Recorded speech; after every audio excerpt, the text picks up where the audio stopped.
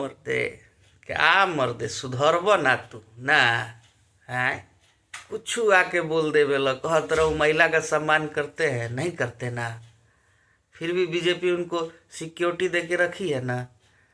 अरे इंसान आदमी, कुछ तो बोल लीजिए। कौन सा महिला का वो सम्मान नहीं किए हैं आज तक? कौन सा महिला का सम्मान नहीं किए? ये वो महिला बताइए जो महिला का सम्मान ना किए हो। है इतना सारा महिला लोग उनकरे नाम पर आज खाता लोग, और महिला का सम्मान नहीं किए हैं।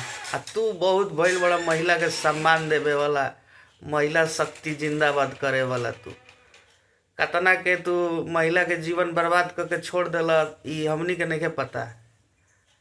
इंडस्ट्रिया में नहीं के पता। तू बोले ला पवन सिंह ना बोले ला, दिक्कत इहे बा। वो आगे बोले लगता तारा खातिर, तब बुझा जी तारा कि हाँ तू कितना पानी में बाड़ा। काजल राघवानी की जिंदगी बर्बाद कर देला और कह तरह के महिला का सम्मान करते हैं।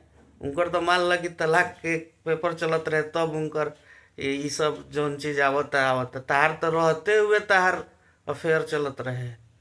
काजल राघवानी का बोलले बड़ी, 1 घंटा 1.5 घंटा के पॉडकास्ट में लोग देख लेना रहे।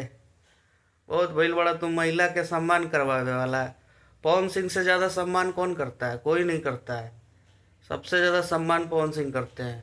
ये हम नहीं बोल रहे, सारी लड़कियां बोलती है जो उनके साथ काम करती है।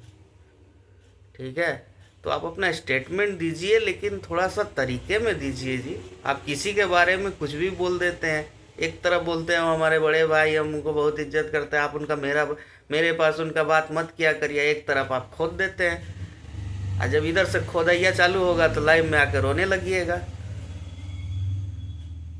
तब रोने का टाइम आ रहा है, लाइव में आकर रोब तू, इहो तार बाकी भाव, इहो हमनी के देखब जा। जय भोजपुरी।